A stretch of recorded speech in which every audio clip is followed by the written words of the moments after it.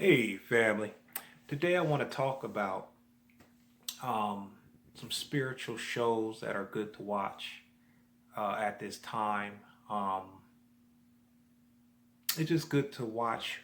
I call it entertainment because when you see images and you see sound, you see pictures combined, it sinks more into what you call reality inside of your um, subconscious mind.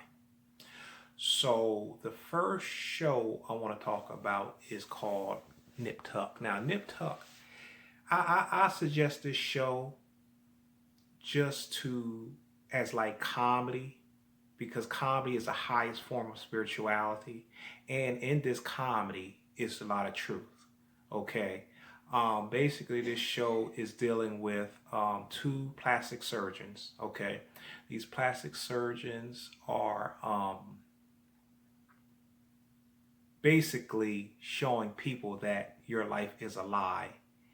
And it's even the show start off, even the show, the way it starts off, when they sit down and consult with anybody, they ask them, okay, what don't you like about yourself? Okay, but it's showing how most people think. Most people point out the things that they don't like about themselves rather than what they do like about themselves. But they spin out of what they call it, they spiral out of their natural spiral, living a life focusing only on the negative. Now, this show deals with Kristen Troy and another guy named Sean. Kristen Troy is more like this surgeon is more like a narcissist, psychopathic, thinking, egotistical. His partner Sean is more like the goody two shoes, the family man, the one who does things right. But at the same time, they're basically, because they work with each other. Like they said, if usually if you are married to a person, you with some person for a long time, you are the same as that person, same characteristics. So basically, they mimic each other. It's just showing he hides his very well. Okay, so this is a good show to watch. It's called Nip Tuck, and it's about people all augmenting who they truly are, um, to fit in, to seem to be perfect, which is an illusion in the first place. So if you just want a good laugh, watch Nip Tuck. I recommend this just to get a good laugh, okay, and see the reality of the world that we're truly in. Okay. The second show I want to talk about is called Stranger Things. Now, Stranger Things is about a boy that was missing, and this little girl, her name was 11 because she went by a code word, a number, right? 11 had these spiritual gifts. Now that what they were doing is they were brainwashing 11 to use her gifts to fight these creatures underground, what they call the upside down world. Okay, like a parallel world. But these creatures rule this world. But they was using this child named 11 as they wanted to weaponize her. Okay, so they would pretty much brainwash her under mind control. And what she would do is she would take her, she would put herself in, she basically, first of all, she escaped from that facility. Okay, and it's funny because even the gown she had on, if you look at the symbol in her gown, okay, it's the same symbol as the virus. Okay, and this movie came out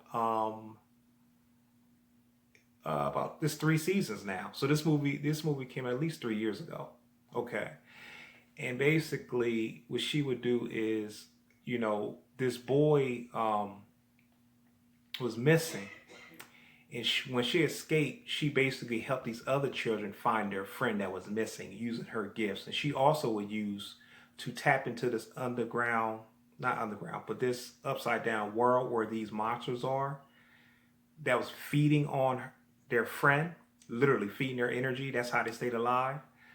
She would submerge herself in salt and water, which she would I forget the name of these tanks where you can get in there and basically take away all your weight. But it's salt and water. where she could really tap in and spiritually see where he is. So excellent movie, especially I would say the first and second season. Awesome. Okay, third show is called the OA. Now the OA means original angel. Okay, this is also dealing with children. They weren't children though. They were children, but 11 was younger than them. Okay, so they was like let's say late teens, early 20s. And basically scientists were experimenting on them. They were underground too. They were experimenting on them because they knew they had gifts, okay? So they could open up a portal to the parallel world, parallel universe, okay? And basically the scientists, they were trying to escape, trying to go into this world, but they wanted to use these children with gifts as an instrument to usher up a way to open up a portal so they can go into that world, okay? And basically what these people would do, these children would do, I'll say teenagers, what they would do is they would do these certain dance, they would do these certain type of dances, and when they do these dances will open up portals, especially if they do them as a collective, okay? And one of my favorite episodes is the second season is called the Medium and Architect. In the Medium and Architect, the OA, I forget her name, but OA, the original angel, she basically was trying to find a child that was trapped in this house that was in another world, in another dimension. It's kind of like a ghost that is trapped in a house and don't know how to go home. They was doing this to this other girl. And basically the way she found out how to do it is she went to her window and the tree connected to her. And the tree pulled her in. She emerged with the tree. And the tree was giving her information about ancient information. It's so beautiful. It's so beautiful. It's called The Medium and Architect.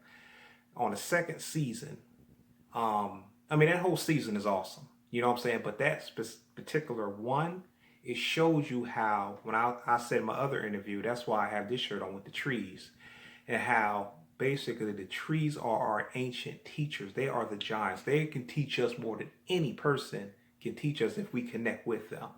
Okay? They're wise beyond measure. Okay? But this tree was saying, when she tapped to the tree was like, I've been waiting for you. And it was just giving her all this information of who she is and how deep everything goes and how the time that she's in. They basically gave her the answer to the riddle. And then once she got that answer, by connecting to nature, then she could free the child that was trapped in this house. It was like this child was in this house, but they couldn't see her because she was in the parallel dimension. Okay, the next show is Lovecraft Country. Now, Lovecraft Country is about three people, and this is in the 1950s where the Jim Crow racism and all this stuff was going on.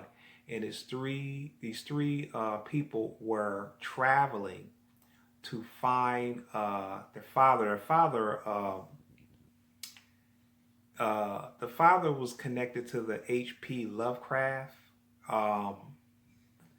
Something about they was trying to find their father to lock into who they are and why they had these books and different things like that.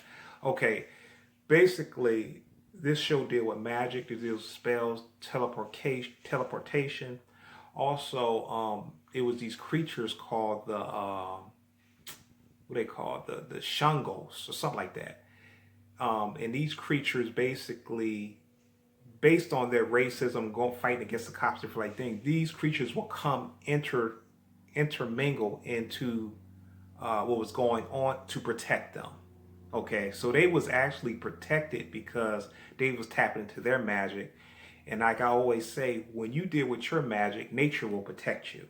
Okay, so basically, Lovecraft Country is awesome to watch, to understand that you will always cover, and you'll understand that there's higher forces, interdimensional forces around you that you can't see that are here to assist you, okay, the more you delve deeper into who you are, the more they will come into your world because you're coming into their world. Okay. So this was done in the 1950s. Okay. We always see things in the 1950s of people getting hung on trees and different things like that. But this is the spiritual side of it, of people who was using their magic to tap into portals, go to other dimensions, time travel. So I recommend this Lovecraft Country. Okay. The last show I want to talk about is Westworld. Okay, now Westworld is awesome. This is one of my top shows of all time. That and Fringe and something else. Okay, now Westworld is about a theme park. Now this is actually done, I think, the original one was in the 1960s or 70s, late 60s, 70s, something like that. They did they upgraded, more modern version of it, and basically it's about a theme park where these clones were created to amuse rich people, where they would come to these parks and fulfill their fantasies and do everything. If they want to kill somebody, if they want to have sex, whatever they wanted to do, they go to this theme park that are composed of clones, and these clones will fulfill whatever they want. Okay, so basically what happened in this show is the main character named Dolores, she started waking up from her programming, because they were all programmed with a tablet, and they had certain programming in where, like for instance, let's say if a person is doing something that they shouldn't be doing, they'll just say freeze motor functions, and that person will freeze. Okay, you see this nowadays if you look at some of these. If you just look up, I forget the name of it, but glitches in the Matrix, you'll see certain news broadcasts and everything. You see them freeze. So it's more real than what we think. Okay. She started waking up, and she wanted to get to the actual tablet. She wanted to get to the person that was programming the tablet. She started to wake up out of her loop because she's like, wait a minute. It's like I keep doing the same thing again and again. You got to understand that I don't care what people make. It's still an energy and a spirit attached to it. And that spirit came out of her and started overriding the physical machinery that she was as a clone. Okay.